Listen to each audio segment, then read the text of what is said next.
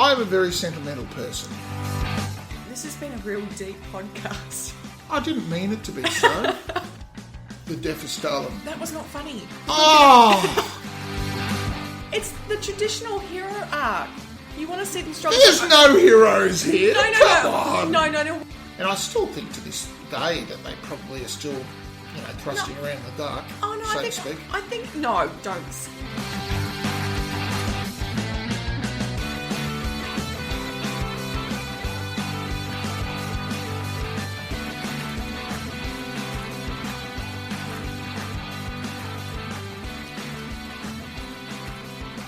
That'll do.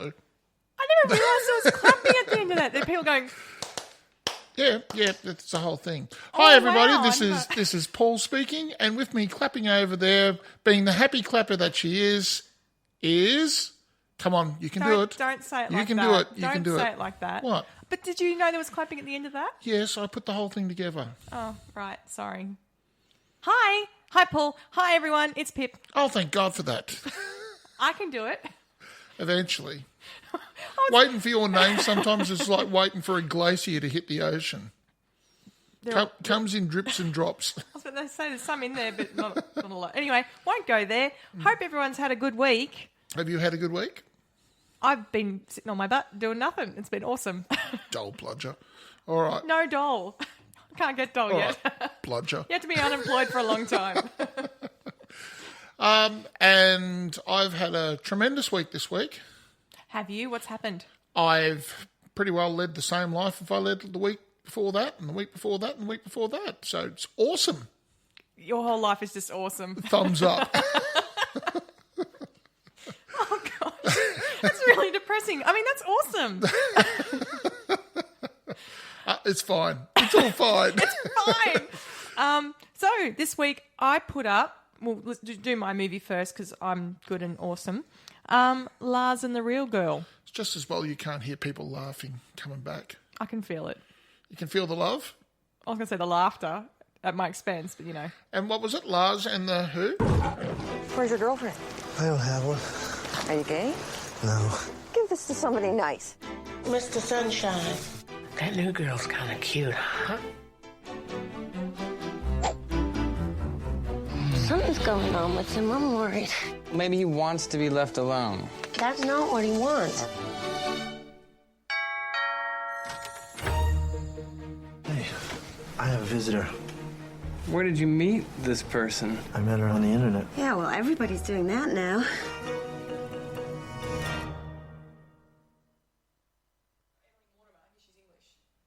You know, Bianca's a missionary.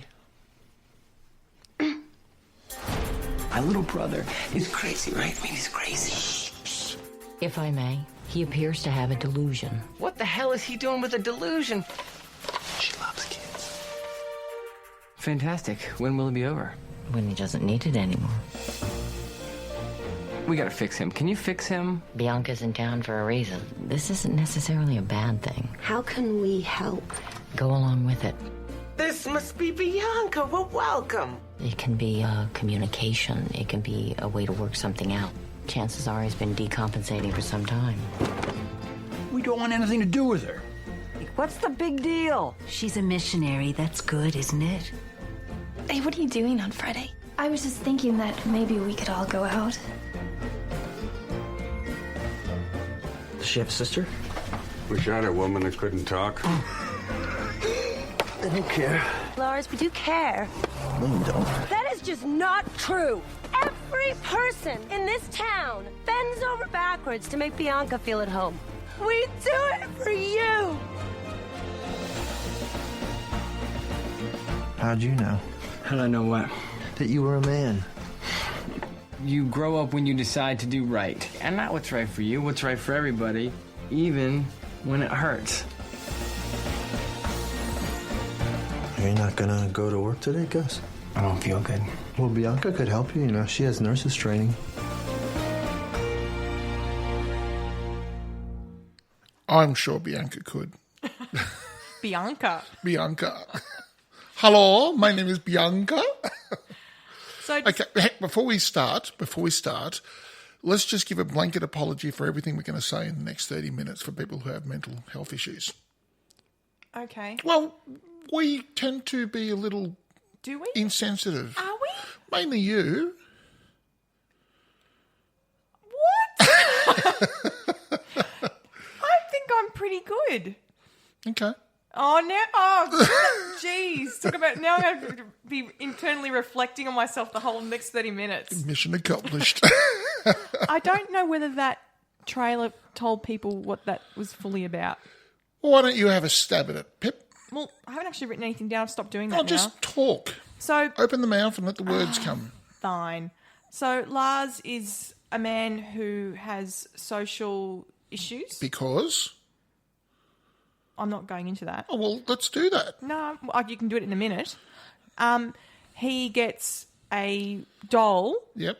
Is it a sex doll? It is indeed anatomically correct. Right. Yes. And he thinks she's real, or he's made her real in his life and brought it into his town and his family and everything, and everyone helps by pretending that Bianca is real. And not necessarily particularly willingly at first, but not willingly at prejudices abound. Oh, of course, it's a sex doll. Yes. And he's a grown man pretending that it's real. Yes. So, I mean, that's going to be weird for anybody. Yes. And the thing is, that therapist who played that, she's going to be in work for the next 20 years for those kids in the classroom. I thought it was great. Yeah, Patricia Clarkson, isn't she awesome? She did a very good job. She did a very good job. It was really interesting. May I say, the film was done with enormous sensitivity and humanity. I thought it was, yeah. I'm pulling out the old H word. Yeah, humanity. Humanity. Because it was done thus. I really do believe that. I think it was just a sublime little film. Very gentle. Wasn't a big, but I threw my head back and laughed uproariously on many occasions. Like, it is a drop-dead funny film. Don't worry about that. They say it's a comedy drama. It is, and I think that's a good description for it. It deals with something that is, let's put it this way, I think people sometimes struggle with mental illnesses, not when they have it themselves, but other people. When they cannot empathise and understand, because they don't have any problems themselves. They can't walk the mile in the other person's moccasins and realise that, reality just isn't the same for them. No.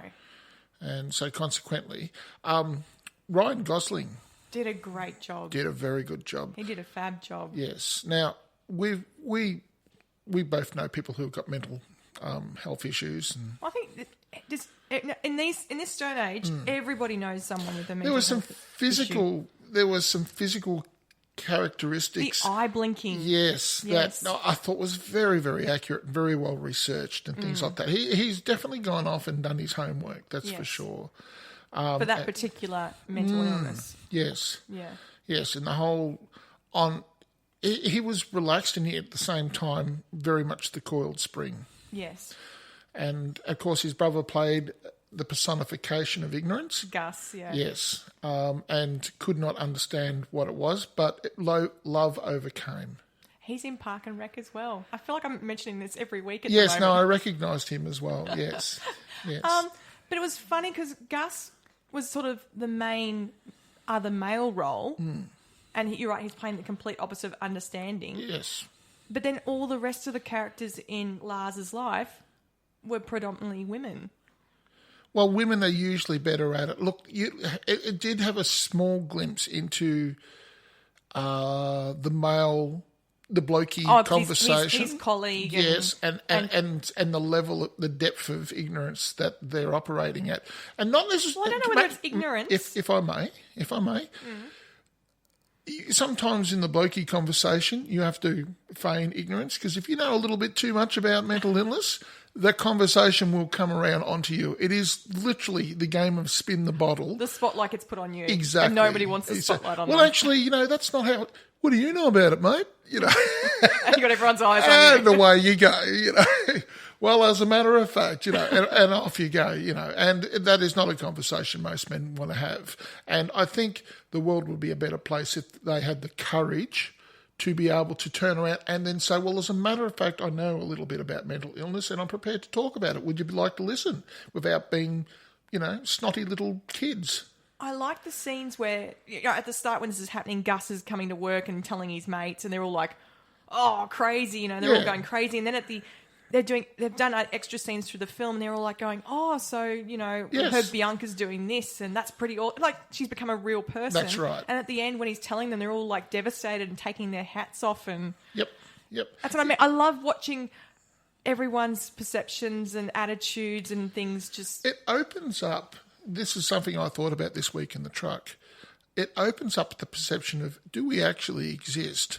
And if we do exist, how do we actually represent ourselves in the actual world? And what I mean by that, if Bianca could become a real person, and I don't know if I'm going too meta here, but if Bianca can become a real person because of what she represents to that town, Lars, and that town, well, mainly Lars, because he's the one who's projecting her personality, and so consequently, she is real in his mind. And then it becomes like almost a virus where the infection of reality spreads from person to person until they're all thinking in the same terms. And then she has a social life that's not with Lars. That's right. She's teaching and she's going to the hospital. Well, they went their separate ways, I think. I loved the argument in the car. I felt sorry for him because he just wants to... I felt sorry for her. He was a brute. I don't like his tone. No. Okay, remember when he came back and he couldn't find her and they said, oh, she's getting ready to go out. And he goes, I thought we were going to play Scrabble. We talked about it. And Karen and Mrs. Gurner, or whatever her name was, had organised her schedule. And she goes, it's on the fridge. And I'm thinking, she's not even real. He's bought her... And he's lost control of the fantasy. He's got nothing. Yes, exactly. And look, that probably plays into the fact that he lost his mother. Oh no, you could see, and his father had taken control. So I think that's what that was pointing towards. Oh yeah, no, I saw that, and the fact that Karen was pregnant, and that was blowing his mind because his mother had died while he was born. So, and the premise of why he's batshit crazy was because there's that sensitivity you've come to know. I was about to say, you're blaming me. Jeez. Well, I'm speaking from the perspective of people from outside of the equation. Do you know what I mean? Like people who don't love Lars, aren't in the town, or who can't understand. All they see is Lars being batshit crazy in their own mind. They don't understand the concept of him having a mental health issue or him having a delusion, which is helping him heal from psychic wounds that have happened to him in his previous in previous years. What were you trying to say before you were being so insensitive? Before I derailed myself. Yes. He was the way he was because his father had withdrawn and he was a captured audience and his father had withdrawn from him. I'd say his father withdrew his love and withdrew everything. They said he was really hurt after his wife died. Yeah, but you still have responsibilities. I'm not saying you don't, but some people don't deal with it as well as others. Some people are weeds and some people are orchids. Some people can deal with anything and grow anywhere and some people can't. And when you bring a child up in an environment when, you're an orchid and can't give them love, then, that's what happens. Well said. Thank you. Under duress too. Mine are doing okay. Yeah, I really, really enjoyed it. I thought I would, although I wasn't sure about his character at first, sort of thing. I didn't know. I knew there was something broken in him, but I didn't know what it was. So, yes. The fact when he got tackled... Well done, Karen. Picked it again. When he got tackled by Karen, who's Emily Mortimer's character, and he hasn't done anything. He's just laid there on the ground while she's on top of him. You know who she also plays in another movie? Which movie are you talking about? Cars. Cars 3, I think it is. So in other words, she does the vocal work. Yes. Stephanie... Well, she's English, yeah. Yes, Stephanie Stickwell. Shiftwell. That's the one. Wow. I kind of lost that, didn't I? Yes, you did. I thought I'd be a real clever dick. I actually found where it was shot was beautiful, but also gave you that sense of cold. out in the middle of